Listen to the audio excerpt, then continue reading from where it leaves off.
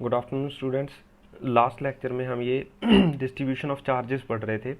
आज हम एक नई चीज़ पढ़ने वाले हैं जिसे बोलते हैं electrostatic shielding. That is called electrostatic shielding. Electrostatic shielding ये एक इफ़ेक्ट का नाम है। देखिए, जैसे मान लीजिए मेरे पास एक स्फीयर है और इसके अंदर मैंने एक और स्फीयर रख दिया, ठीक है, और ये कंडक्टिंग स्फीयर है ऐसे। ये this is a conducting sphere, conducting sphere. और यहाँ पे इसके सेंटर पे एक चार्ज Q है, ठीक है। और इस Q की वजह से यहाँ पे इंड्यूस हो गया -Q। और अगर मान लीजिए मैं यहाँ पे किसी किसी पॉइंट Q पे बात करता हूँ, ठीक है, तो ये बाहर बाहर हमने एक चार्ज रख दिया। मतलब ये चार्ज रखने का मतलब है कि बाहर से हमने we have provided electric field, we have provided provided electric field, electric field. अच्छा, आप सिंपली ऐसे सोचिए कि हमने बाहर एक चार्ज रख दिया, तो ये जो सेंटर पे चार्ज है इसकी वजह से यहाँ पे जो इलेक्ट्रिक फील्ड होगी, और या ऐसे मानिए कि जो पोटेंशियल इसकी वजह से यहाँ पे होगा और जो पोटेंशियल इसकी वजह से यहाँ पे होगा वो दोनों ज़ीरो हो जाएंगे। क्योंकि इसकी वजह से ये जो अंदर सेंटर पे चार्ज रखा हुआ है उसकी वजह से पोटेंशियल कितना हो जाएगा, KQ/r, और इसकी वजह से -KQ/r, ठीक है। तो या आप ऐसे सोचिए कि इसकी वजह से इस इस चार्ज की वजह से इस पे फोर्स किधर लगेगी, ये पॉजिटिव इधर, और इसकी वजह से ये जो नेगेटिव चार्ज इंड्यूस हो गया इधर, तो दोनों इक्वल एंड ऑपोजिट होंगी, तो ये ज़ीरो हो जाएगी। इसका मतलब कि जो अंदर वाले चार्जेस हैं दोनों, वो बाहर वाले किसी चार्ज पे कोई फोर्स नहीं लगा रहे, ठीक है। तो charges charges inside inside the cavity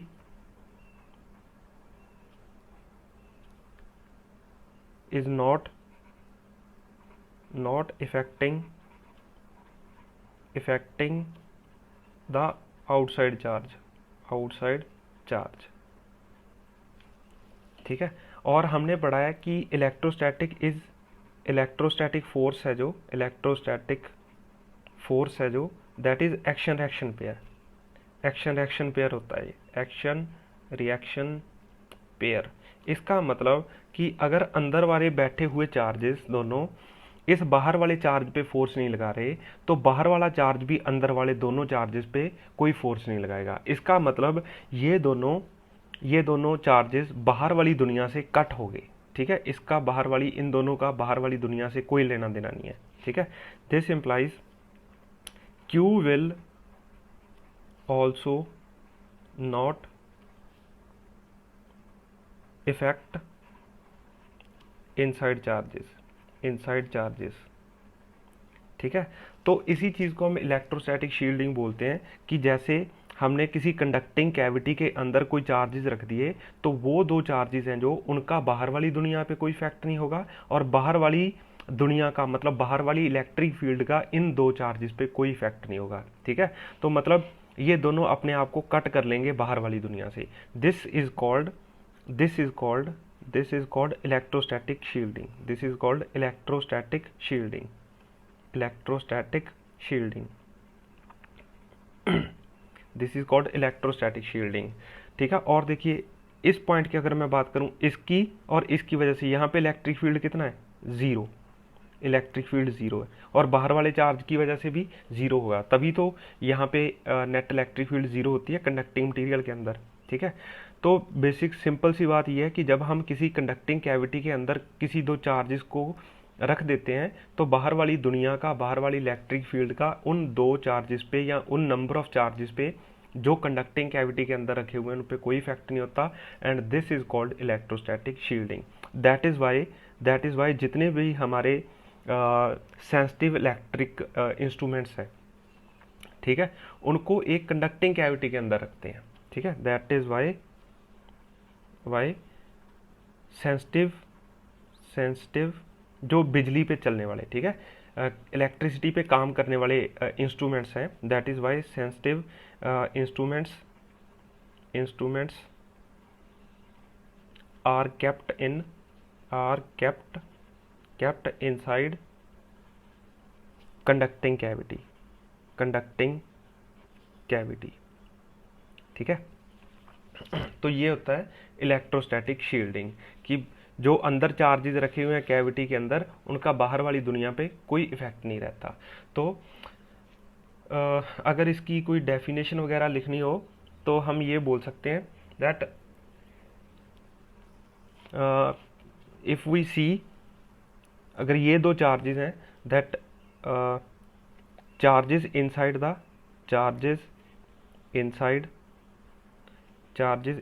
the conducting cavity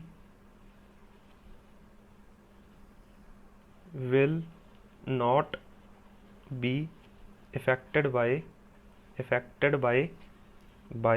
any outside electric field। ठीक है, this property is called electrostatic shielding। this property is called electrostatic shielding। ठीक है, और देखिए थोड़ा सा डिस्ट्रीब्यूशन चार्जेस का। मान लीजिए कि मेरे पास ये नई चीज़ है, ये मेरे पास एक स्फीयर है और जो इसकी कैविटी है वो मान लीजिए सिमेट्रिक नहीं है, और इसके अंदर हमने सेंटर पे एक चार्ज क्यू रख दिया, तो जो अंदर यहाँ पे डिस्ट्रीब्यूशन होगी ना चार्जेस की, यहाँ पे वो होगी नॉन यूनिफॉर्म। और बाहर जो डिस्ट्रीब्यूशन होगी, क्योंकि ये रेगुलर स्फीयर है, तो यहाँ पे जो चार्जेस की डिस्ट्रीब्यूशन होगी रीअरेंज जब हम चार्जेस को करेंगे, तो वो होगी यूनिफॉर्म डिस्ट्रीब्यूशन। ठीक है, ऐसे ही अगर मान लीजिए हमारे पास एक स्फीयर है ऐसे, और यहाँ पे इसके अंदर कैविटी है, बिल्कुल दोनों रेगुलर है, और ये जो चार्ज है हमने सेंटर पे ना रख के कहीं और रख दिया, तो यहाँ पे नॉन यूनिफॉर्म डिस्ट्रीब्यूशन होगी। ठीक है, इस अंदर नॉन यूनिफॉर्म और बाहर यूनिफॉर्म डिस्ट्रीब्यूशन होगी। ठीक है, आपके लिए नॉन यूनिफॉर्म कभी नहीं आएगी, आपके लिए तो यूनिफॉर्म ही आएगी। ठीक है, और अगर मान लीजिए दोनों ही नॉन यूनिफॉर्म कैविटीज आ गई दोनों ही, तो दोनों पे नॉन यूनिफॉर्म डिस्ट्रीब्यूशन होगा। ठीक है, दोनों जगह पे कैसा डिस्ट्रीब्यूशन होगा? Non uniform distribution of charges, non uniform distribution of charges. ठीक है, तो ऐसा होता है, ये इलेक्ट्रोस्टैटिक शील्डिंग है। ये भी आपको होप समझ आया होगा। आगे चलते हैं हम।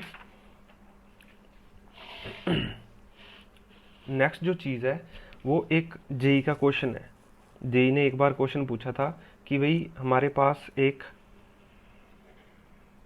स्फीयर है, उसके अंदर कैविटी काटी हुई है, और यहाँ पे कहीं नॉन सिमेट्रिकली एक चार्ज क्यू रखा हुआ है, तो आपको इलेक्ट्रिक फील्ड लाइंस बना के दिखानी है। ठीक है, तो क्योंकि ये हमने सेंटर में नहीं रखा, तो यहाँ पे जो डिस्ट्रीब्यूशन होगी वो नॉन यूनिफॉर्म हो जाएगी, नॉन यूनिफॉर्म। ठीक है, और जो बाहर है वहाँ पे कैसी होगी? यूनिफॉर्म। तो अगर नॉन यूनिफॉर्म और यूनिफॉर्म डिस्ट्रीब्यूशन होगी तो आपको इसकी इलेक्ट्रिक फील्ड लाइंस बतानी है। ये कैविटी है, ये स्फीयर है, और यहाँ पे मटेरियल प्रेजेंट है, ये मटेरियल प्रेजेंट है ऐसे। तो इसको बनाने का जो मेथड है वो बिल्कुल सिंपल है। ये इलेक्ट्रिक फील्ड लाइंस हमें पता है कि इस मटेरियल पे वो कैसी स्ट्राइक करेंगी जाके 90 डिग्री पे, तो बिल्कुल ऐसे जाके वो लगती हैं ऐसे। ये एंगल 90 डिग्री का होना चाहिए, ऐसे ये एरो भी आपको लगाना है ऐसे। और यहाँ पे मटेरियल के अंदर तो इलेक्ट्रिक फील्ड होती नहीं और बाहर सिमेट्रिकल है। ठीक है, ऐसे सिमेट्रिक है पूरा, ऐसे यहाँ पे नहीं आनी चाहिए ये लाइन, ऐसे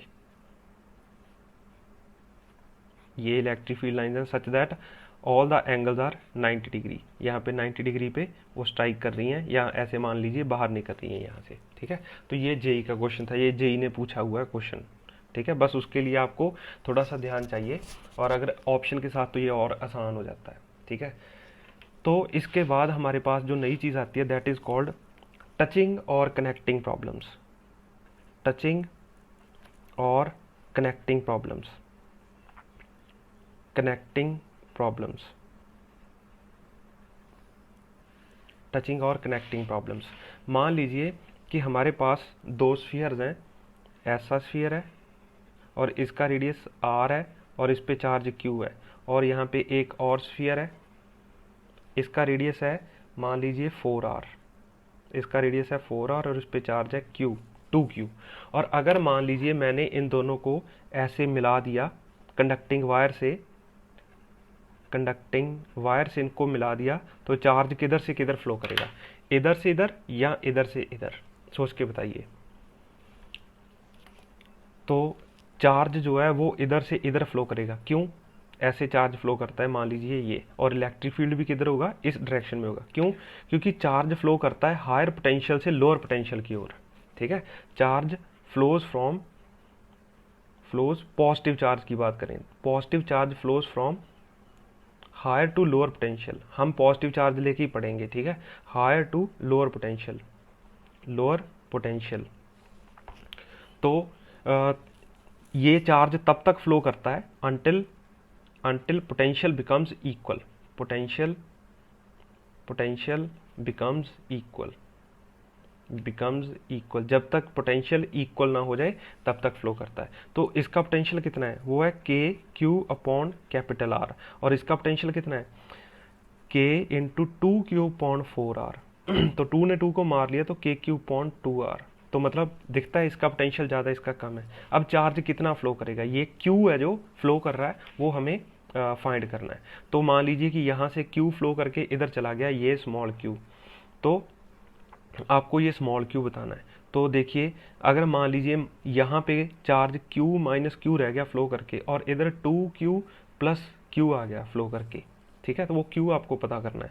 तो दोनों का पोटेंशियल बराबर हो जाएगा जब ऐसे चार्ज फ्लो करता है, तो वो मेरे पास आएगा के Q minus small q upon R is equal to K into 2q plus q upon 4r, ठीक है। तो इन दोनों को सॉल्व करेंगे, के आर आर कट जाएगा, तो ये आ जाएगा 4q minus small 4q is equal to capital 2q plus q, और इसको सॉल्व करने पे कितना आ जाएगा, ये 2q is equal to 5q, this implies q is equal to 2q upon 5। तो इसकी वैल्यू आ जाएगी 2q अपॉन 5। अब ये कितना रह गया, ये q minus 2q upon 5, 5 minus 2 is 3q upon 5, और यहाँ पे कितना रह गया 2q प्लस 2q अपॉन 5, तो आ गया 12q अपॉन 5। तो ऐसे हम इन क्वेश्चंस को करते हैं, ठीक है। अच्छा, इसके बाद हम आगे चलते हैं, वो है earthing, that is called earthing. तो हमने इस क्वेश्चन में देखा कि जब हम दो कंडक्टिंग स्फीयर्स को मिला देते हैं, कनेक्ट कर देते हैं या टच कर देते हैं, एक ही बात है, तो चार्ज फ्लो करता है from higher potential to lower potential, और तब तक चार्ज फ्लो करता है जब तक कि उनका पोटेंशियल सेम ना हो जाए। अब अर्थिंग क्या आती है, जो अर्थ है, अर्थ एक कंडक्टिंग स्फीयर है, सॉलिड कंडक्टिंग स्फीयर, ठीक है, ये बिहेव करती है सॉलिड कंडक्टिंग स्फीयर। और हमें पता है सॉलिड कंडक्टिंग स्फीयर का पोटेंशियल हम लिखते हैं के क्यू पॉन आर, और जो अर्थ है, अर्थ का रेडियस है, radius of earth is very large, radius of earth is very large, कितना है रेडियस अर्थ का, 6400 किलोमीटर, ठीक है, इतना बड़ा रेडियस है। तो ये बाकी जो हम प्रैक्टिकली अपने लैब में स्फीयर्स बना सकते हैं उनसे बहुत ज़्यादा बड़ा है, इसीलिए हम इसका पोटेंशियल क्या मानते हैं, क्योंकि आर जो है बहुत बड़ी टर्म है, तो जो इसका पोटेंशियल है, पोटेंशियल ऑफ अर्थ है, वो हम अप्रॉक्सीमेटली 0 मान लेते हैं, ठीक है, उसको हम क्या मानते हैं, अप्रॉक्सीमेटली 0। तो मान लीजिए कि इस स्फीयर के साथ हमने अर्थ को कनेक्ट कर दिया ऐसे, या इस स्फीयर को अर्थ के साथ कनेक्ट कर दिया, तो इसका रेडियस आर है और अर्थ का रेडियस है मान लीजिए आर ई, और इस पे चार्ज था Q, तो हमें ये बताना है कि अर्थ में कितना चार्ज चला जाएगा, ठीक है। ये कंडक्टिंग वायर से हमने कनेक्ट कर दिया, तो इसका पोटेंशियल कितना है, इसका पोटेंशियल के क्यू अपॉन आर, और इसका पोटेंशियल हमें पता है कि इसका पोटेंशियल हम 0 मानते हैं क्योंकि ये रेडियस इसका बहुत बड़ा है। और मान लीजिए कि Q चार्ज फ्लो कर गया, तो इसका फाइनल पोटेंशियल कितना आ जाएगा, K Q minus small Q upon R is equal to K, इस पे चार्ज वही Q आ गया, K small Q upon R E, तो के ने के को मार लिया, तो मेरे पास बचा Q into R E minus small Q into R E is equal to Q into R, और मेरे पास बच गया कैपिटल क्यू की टर्म में मेरे को वैल्यू चाहिए ना, तो ये मेरे पास आया Q R E is equal to Q plus Q into R, यही आ गया ना। हाँ नहीं, Q प्लस क्यू नहीं, ये आ जाएगा Q आ गया कॉमन, R प्लस आर ई यहाँ पे आ जाएगा। तो मेरे पास जो कैपिटल Q है या स्मॉल Q है, उसकी वैल्यू क्या आई, वो आई Q R E upon R plus R E, ये आ गया। अब मुझे पता है आर ई है जो, वो बहुत बड़ा है किससे, R से। दिस इम्प्लाइज हम इस R को उड़ा सकते हैं। अगर मैं इस R को उड़ा दिया R के मुकाबले, और ये दोनों कैंसिल आउट हो जाएंगे, तो Q R E upon R ही रह गया। This implies Q is equal to Q. इसका मतलब जब भी हम किसी स्फीयर को अर्थ के साथ मिलाते हैं, तो सारे का सारा जो चार्ज है वो फ्लो करके अर्थ पे आ जाता है। जो कॉन्सेप्ट है वो पोटेंशियल सेम होने का है। If a body is isolated, अगर जैसे ये आइसोलेटेड है, मतलब ये किसी और चीज़ से टच नहीं है, आइसोलेटेड बॉडी में क्या होता है, सारे का सारा चार्ज जीरो हो जाता है, चार्ज बिकम्स ज़ीरो। तो मैं रिपीट करता हूँ, जब भी हम दो ऐसे किसी स्फीयर को अर्थ के साथ अटैच करते हैं, कनेक्ट करते हैं, तो क्योंकि अर्थ का पोटेंशियल ज़ीरो होता है, तो चार्ज फ्लो करके वो अर्थ में चला जाता है, और कॉन्सेप्ट पोटेंशियल सेम होने का है। इसका पोटेंशियल अर्थ के पोटेंशियल के बराबर हो जाएगा। और अगर ये आइसोलेटेड है, मतलब कहीं और से चार्ज की सप्लाई नहीं है इसके पास, तो सारे का सारा चार्ज फ्लो करके अर्थ के पास चला जाएगा, और इसका चार्ज ज़ीरो हो जाएगा फाइनली। ठीक है, तो इसी चीज़ पे हम आगे क्वेश्चन और करते हैं। ठीक है, और देखिए, जैसे मान लीजिए मेरे पास ऐसे स्फीयर है एक,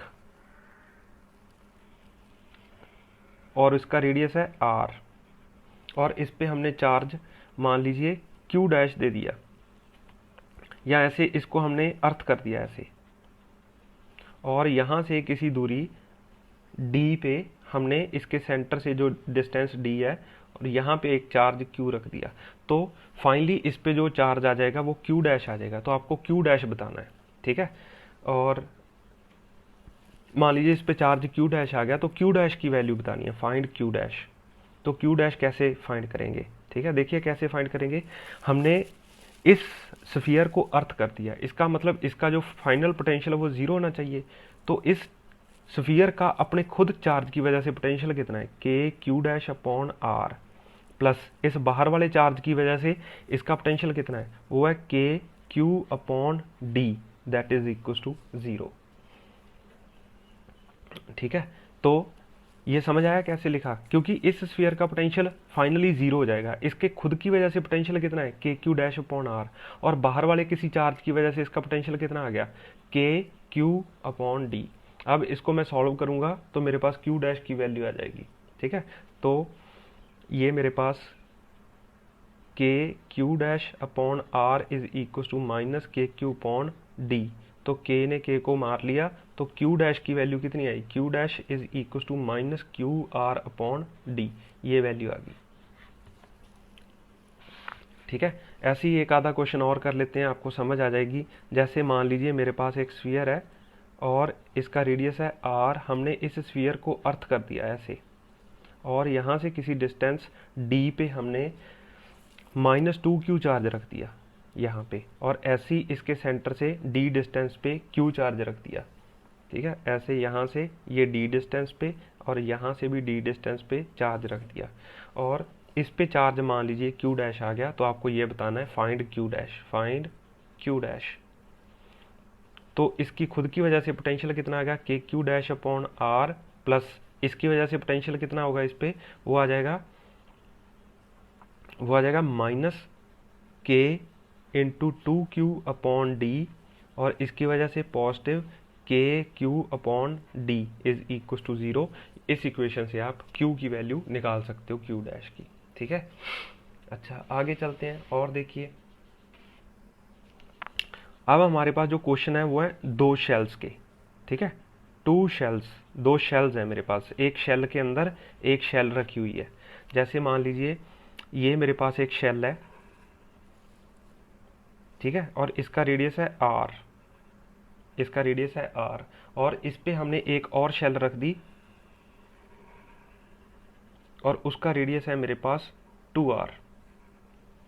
ठीक है, और इसके बीच नो मटेरियल, यहाँ पे कोई मटेरियल नहीं है, no material present, no material present, यहाँ पे कोई मटेरियल नहीं है। ठीक है, दो शेल्स रखी हुई हैं, शेल के अंदर शेल। तो इस शेल का नाम रख लेते हैं S1, इसका नाम रख लेते हैं S2। ठीक है, और इस पे चार्ज मान लीजिए Q1 आ गया और इस पे चार्ज सपोज Q2 रखा हुआ है। तो दोनों की वजह से पोटेंशियल मैं लिखना चाहता हूँ, पोटेंशियल ऑफ शेल 1, इसका पोटेंशियल लिखना है मुझे। इसका पोटेंशियल S1 का अपने खुद खुद के चार्ज की वजह से वो तो आ जाएगा KQ1/R, और इसका पोटेंशियल बाहर वाले Q2 चार्ज की वजह से। तो देखिए ये Q2 के लिए ये पूरे का पूरा कैसा वो है, या ऐसे मान लीजिए Q2 के लिए तो ये एक पॉइंट चार्ज है, तो इस पॉइंट के लिए ये QR 2R डिस्टेंस पे पड़ा हुआ, तो ये मेरे पास आएगा कि Q2/2R। ऐसी पोटेंशियल मेरे को VS2 स्फीयर 2 का पोटेंशियल लिखना है। तो स्फीयर 2 के लिए ये एक पॉइंट चार्ज है Q1 जो उसके सेंटर पे पड़ा है, हमने पढ़ा है ये पहले भी। तो ये मेरे पास आ जाएगा KQ1/2R, और अपने खुद के चार्ज की वजह से Q2 की वजह से इसका पोटेंशियल आ जाएगा KQ2/2R। ठीक है, अब ऐसे ही क्वेश्चन करने ये हमने पोटेंशियल लिखना सीख लिया। अब हम आगे चलते हैं। जैसे मान लीजिए मेरे पास एक शेल है और इसके अंदर हमने एक और शेल रख दी, और अंदर वाली शेल को ना हमने अर्थ कर दिया, और इसका रेडियस है R, और यहाँ पे चार्ज Q रखा गया है। ठीक है, और बाहर इसके ऊपर चार्ज है 4Q, और यहाँ पे मान लीजिए फाइनल चार्ज Q डैश आ गया। आपको फाइंड Q डैश करना है, आपको फाइनल चार्ज Q डैश बताना है। तो हमें पता है कि ये S1 है और S2 है। तो S1 है जो उसको ग्राउंड कर दिया गया, उसको अर्थ कर दिया गया, इसका मतलब जो Q2 है उसका पोटेंशियल कितना हो जाएगा, 0। ठीक है, तो हम इस S1 का जो पोटेंशियल है वो 0 हो जाएगा। VS1 विल बी 0, इसका पोटेंशियल 0 के बराबर लिखेंगे। तो इसका पोटेंशियल, इस शेल का पोटेंशियल अंदर वाले चार्ज की वजह से कितना होगा, KQ/R, Q डैश की वजह से KQ'/R, और बाहर वाले 4Q की वजह से वो आ जाएगा K×4Q/2R। ये 2R डिस्टेंस है, तो आ गया 2R। तो 2R इज इक्वल टू 0। इसको आप सॉल्व करोगे तो Q डैश की वैल्यू आ जाएगी आपके पास फाइनल। ठीक है, ऐसे ही एक क्वेश्चन और कर लेते हैं हम।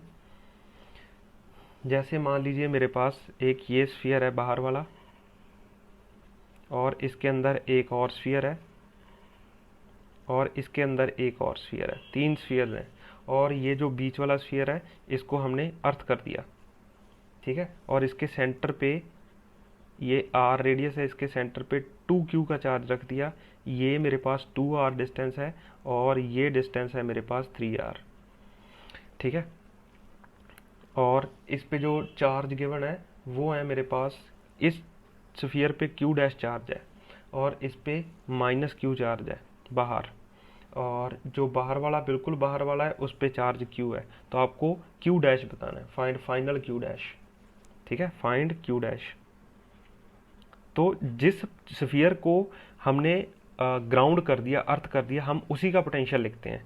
तो इसका पोटेंशियल इस अंदर वाले 2Q की वजह से कितना होगा, वो हो जाएगा मेरे पास K×2Q/2R, प्लस इसके इस Q डैश की वजह से इसका पोटेंशियल कितना आ जाएगा, वो आ जाएगा -KQ/2R। अब अपने खुद के चार्ज की वजह से आ जाएगा प्लस KQ'/2R, और जो बाहर वाला चार्ज Q डैश बैठा है 3R पे, उसकी वजह से कितना आ जाएगा, उसकी वजह से आ जाएगा plus KQ/4R 3R is equal to 0। आप यहाँ से इसको सॉल्व करोगे, आपके पास Q डैश की वैल्यू आ जाएगी। ठीक है, आगे चलते हैं हम।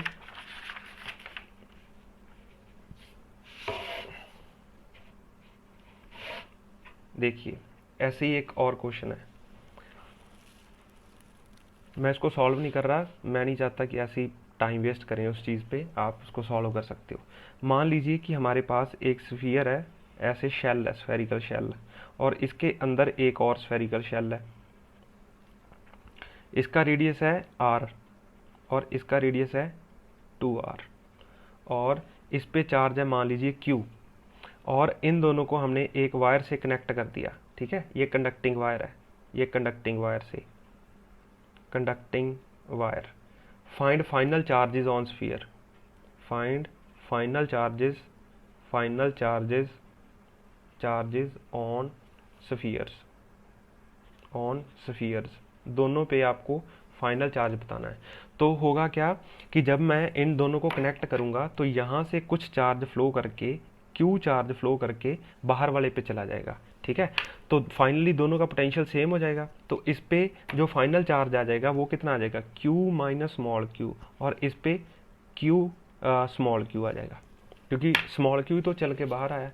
तो पहले हम इसका पोटेंशियल दोनों चार्जेस की वजह से, अंदर वाले और बाहर वाले की वजह से, फिर बाहर वाली शेल का दोनों चार्जेस की वजह से पोटेंशियल लिख के बराबर कर देंगे, क्योंकि फाइनल पोटेंशियल बराबर ही होने वाला है। तो इस स्फीयर का, अंदर वाले स्फीयर का पोटेंशियल कितना होगा इसकी वजह से, वो आ जाएगा K Q minus small Q, अंदर वाली शेल का अपने ही चार्ज की वजह से आर, प्लस बाहर वाले चार्ज की वजह से इसका पोटेंशियल कितना आएगा, के क्यू अपॉन 2r। अब बाहर वाली शेल का अंदर वाले चार्ज की वजह से पोटेंशियल कितना आ जाएगा, K Q minus Q upon 2r, plus इस चार्ज की वजह से बाहर वाली शेल का स्फीयर पोटेंशियल तो आ जाएगा के स्मॉल क्यू अपॉन 2r। तो इनको अगर आप सॉल्व करोगे तो के आर कट जाएंगे सब जगह से, और ये भी कट जाएगा पूरे का पूरा, के क्यू पॉइंट 2r, के क्यू पॉइंट 2r, ये पूरी की पूरी वैल्यू कट जाएगी। तो ये बच गया मेरे पास, तो आया 2 into Q minus small Q is equal to Q minus small Q. तो यह है 2q minus 2q is equal to Q minus Q, और ये मेरे पास आ जाएगा q is equal to Q.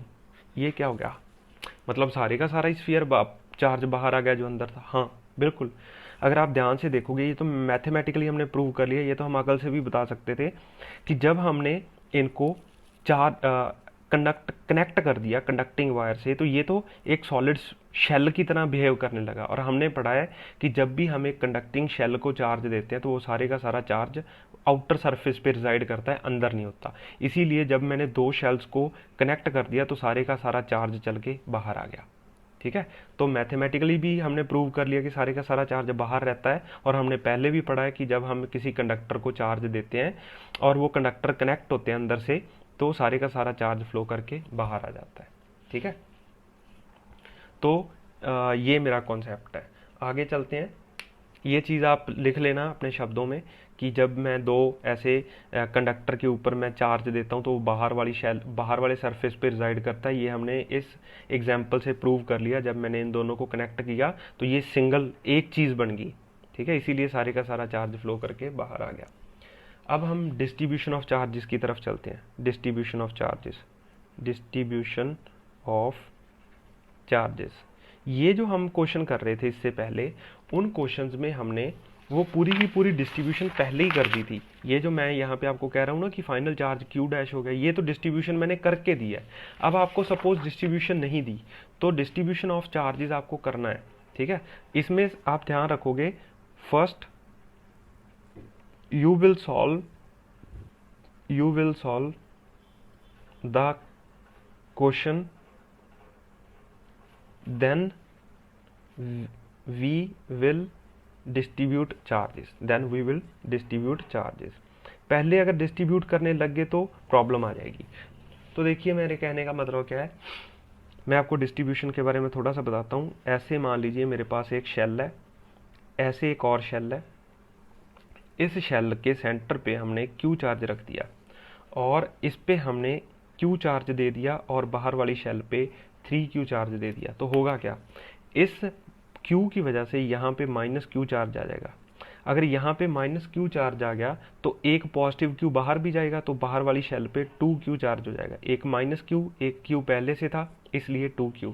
अगर यहाँ पे 2q चला गया तो यहाँ पे माइनस 2q आ जाएगा और 2q बाहर चला जाएगा, और 3q पहले से था तो बाहर 5q चार्ज आ जाएगा। ऐसे डिस्ट्रीब्यूशन करनी है। बट आपको पहले डिस्ट्रीब्यूशन नहीं करनी, पहले क्वेश्चन सॉल्व करना है फिर डिस्ट्रीब्यूशन करनी है, ठीक है।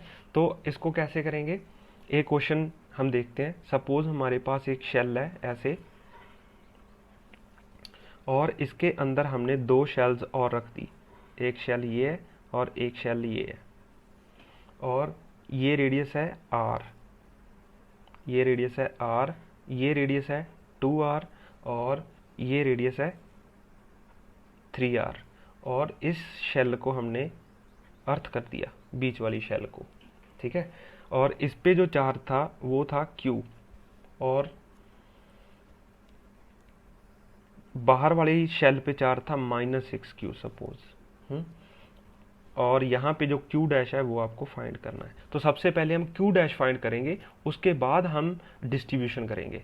तो पहले हम इसको करते हैं, q डैश को फाइंड करते हैं। तो हम यहाँ पे इक्वेशंस लिखते हैं, q डैश का पोटेंशियल 0 है, उस वो हमें पता है। तो वो कैसे आ जाएगा, इस चार्ज की वजह से पोटेंशियल कितना आ जाएगा, k q upon r plus k q dash upon 2r, sorry ये जो पॉइंट चार्ज है इसकी वजह से, मतलब ये जो q चार्ज है ये बाहर वाली शेल के लिए, इस शेल के लिए, तो ये पॉइंट चार्ज की तरह बिहेव करेगा। तो आ जाएगा के क्यू पॉइंट 2r, और अपने खुद की वजह से ये, और जो बाहर वाला -6q है उसकी वजह से आ जाएगा -k × 6q upon 3r is equal to 0। अगर आप इसको सॉल्व करोगे तो k/r सारा कट जाएगा, तो मेरे पास बचा q/2 plus q dash by 2 minus 6q/3 that is equal to 2।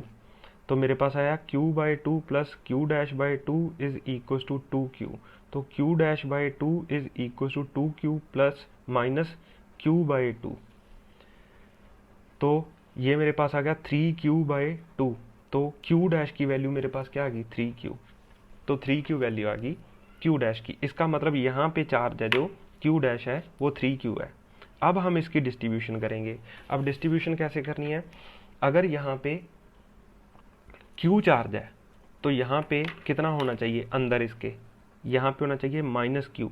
अगर यहाँ पे -q है तो बाहर कितना आना चाहिए, पॉजिटिव q, और 3q ये बैठा है, प्लस एक यहाँ से इंड्यूस होके आएगा तो 4q बाहर चला जाएगा।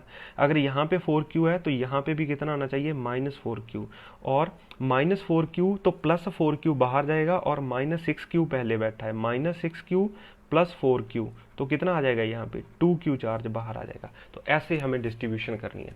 सबसे पहले हमने क्या किया, हमने सबसे पहले ये q डैश निकाला, और फिर हर एक स्फीयर पे चार्ज लिख दिया। इस पे कितना है, जो बिल्कुल अंदर है q, और इस सेकेंड वन स्फीयर के अंदर वाले सरफेस पे कितना है -q, और इसके बाहर वाले पे कितना है 4q, इसके अंदर कितना है -4q, बाहर कितना है 2q। तो ये मेरा मेथड है चार्ज को लिखने का। ये -2q आएगा एक्चुअली, -6 + 4, तो -2q चार्ज आ गया, ठीक है।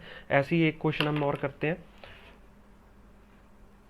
जैसे मान लीजिए हमारे पास एक स्फीयर है, ये थोड़ा सा अच्छा क्वेश्चन है, और इस ये सॉलिड स्फीयर है, और इसका जो रेडियस है वो a है, ठीक है। ये सॉलिड स्फीयर है, सॉलिड स्फीयर, और इसका पोटेंशियल है solid sphere, potential of solid sphere, solid sphere is equal to v। Suppose ये गिवन है v, ठीक है। ये कब है, when outer shell is not present, outer shell, when outer shell is absent, ठीक है। भी हमें पता है कि v is equal to k q upon v है। सपोज इस पे चार्ज q है, ठीक है। तो अगर पोटेंशियल तो तभी होगा ना जब इस पे चार्ज q होगा, तो हमने q चार्ज मान लिया k q अपॉन, क्या लिख रहा हूँ मैं, v नहीं a, k q upon r होता है ना, तो ये पोटेंशियल था। अब हमने यहाँ पे एक शेल रख दी ऐसे, सच दैट इस शेल का जो रेडियस है वो b है, ठीक है। और इसको हमने कनेक्ट कर दिया कंडक्टिंग वायर से, कंडक्टिंग वायर से, कंडक्टिंग वायर। तो आपको बताना है फाइंड पोटेंशियल ऑफ S2, ये S2 है, ये S1 है। Find potential of S2। तो देखिए जब मैंने इसको कंडक्टिंग वायर से कनेक्ट किया तो पूरे का पूरा चार्ज ही फ्लो करके यहाँ पे आ जाएगा बाहर, है ना। ये तो हमने पहले भी पढ़ा है कि जब मैं एक अंदर वाली किसी कंडक्टिंग मटेरियल को बाहर वाले के साथ कनेक्ट करता हूँ तो पूरे का पूरा चार्ज फ्लो करके बाहर आ जाता है। तो बाहर वाले का पोटेंशियल कितना आ जाएगा, K dash is equal to K Q upon B. अब Q की वैल्यू यहाँ से ले लेते हैं हम, Q is equal to A V upon K. तो मैं यहाँ पे Q की वैल्यू पुट कर देता हूँ, तो V डैश आ गया K by B into Q कितना आ गया ए वी बाय के। तो K ने K को मार लिया तो आया ए वी अपॉन बी, या आया ए वी अपॉन बी। ये मेरे पास इसका फाइनल पोटेंशियल आ गया। ठीक है, ये एक अच्छा क्वेश्चन था, थोड़ा सा मतलब ट्रिकी था, दिमाग वाला था। तो बाकी का इसके आगे हम कल पढ़ेंगे। ठीक है, यहाँ तक अगर कोई प्रॉब्लम होगी तो मेरे से पूछना। ठीक है, थैंक यू।